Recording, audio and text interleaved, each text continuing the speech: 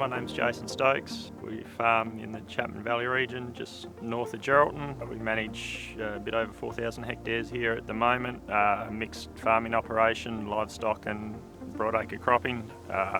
Currently cropping canola, wheat, lupins, barley, a little bit of oats for hay, and running merino ewes. The base of the property is a family-owned farm. My father moved here in the late 60s, was farming in another region prior to that. Since then we've taken on lease and share farm agreements with various other parties to expand our operations. 2006, 2007 we had 2 decile 1 rainfall years.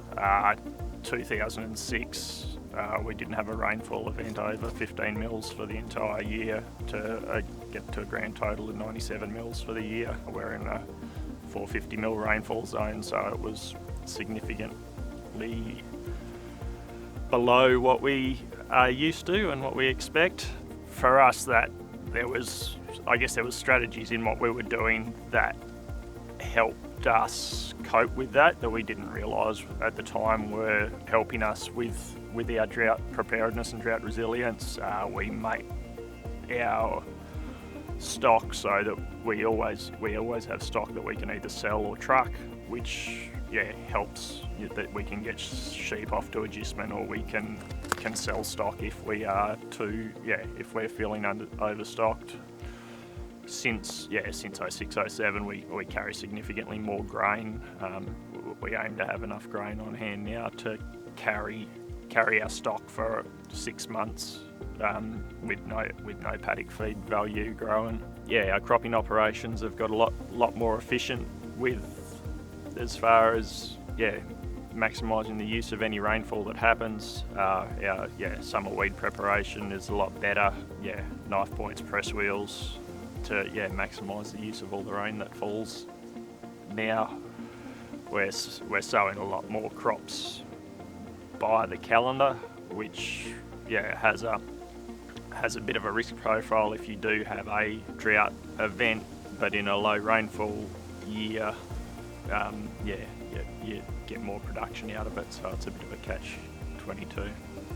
Trigger points for seeding is we'll start sowing on about the 10th of April, and then we'll try to have our canola in by the 20th, 25th of April, and then we're looking at weather maps from that stage to work out whether we're going to continue dry seeding or wait for a rainfall event. If it's rained at that sort of late April stage, we'll continue sowing lupins and go on to wheat. If it hasn't rained, then we'll dry sow cereals to help us with filling the autumn feed gap in our stock operation at that stage. On the livestock side of things, we work on that if it hasn't rained by the 15th of June, we've got to move a B-train load of stock a week. It doesn't matter where they go, they either have to go on agistment or be sold. We sell our preg-scanned empty ewes anyway. At lamb marking, we will wet and dry the ewes, so those ewes will be sold. Then we'll look at culling heavier into our maiden ewes and offloading any sale stock in store condition that we'd normally finish. And then we can look at, in the past we've weaned lambs at 12 weeks into feedlots and sold the ewes just to reduce the stocking numbers. Our crossbred ewes are generally to our older age group ewes, so they're ewes that would be getting sold in the next 12 to 18 months anyway. It's just bringing that sale decision forward, especially for our twin-bearing ewes. We've got some regions of the rivers that we've fenced off and are aiming to keep re-vegged and use those re-vegged areas to provide protection for lambing and create an environment that's conducive to lamb survival.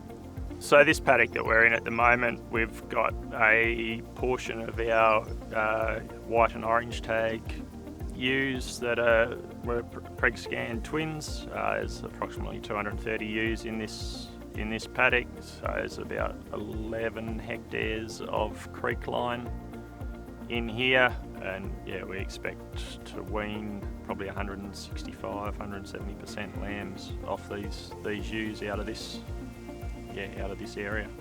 Within our property layout and plan, we're in quite undulating country, so we've got lots of creek lines and non-arable hills.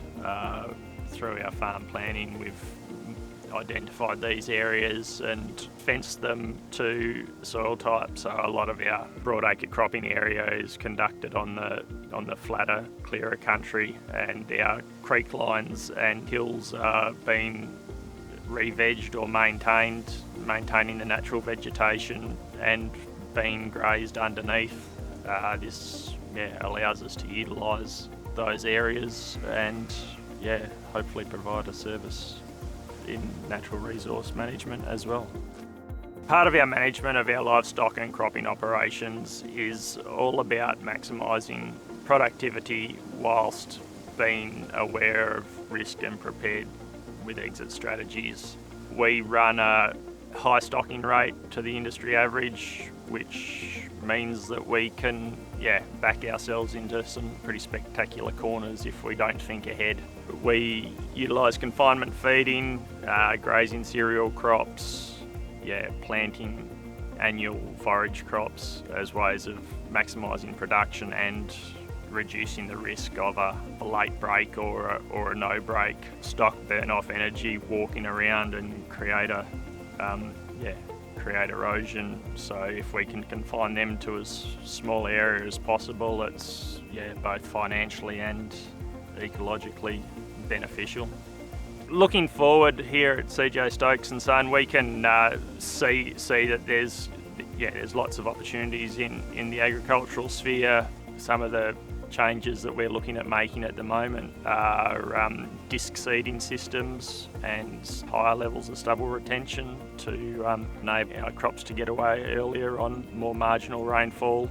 Our stocking systems, we're intensifying our lambing systems so that we're improving the animal welfare and also the ease of management for the rest of the year for ourselves. We're storing more grain on farm and making sure that we have exit strategies in place for when seasons turn against us. Some of the other projects that we're working towards at the moment that have both a economical and environmental benefit within our confinement feeding system, we're looking at putting fodder shrub windbreaks in place. We're hoping this will reduce the dust and provide shade, and the stock will turn them into a natural hedge whenever they grow outside the fence, grow into the feedlot pens.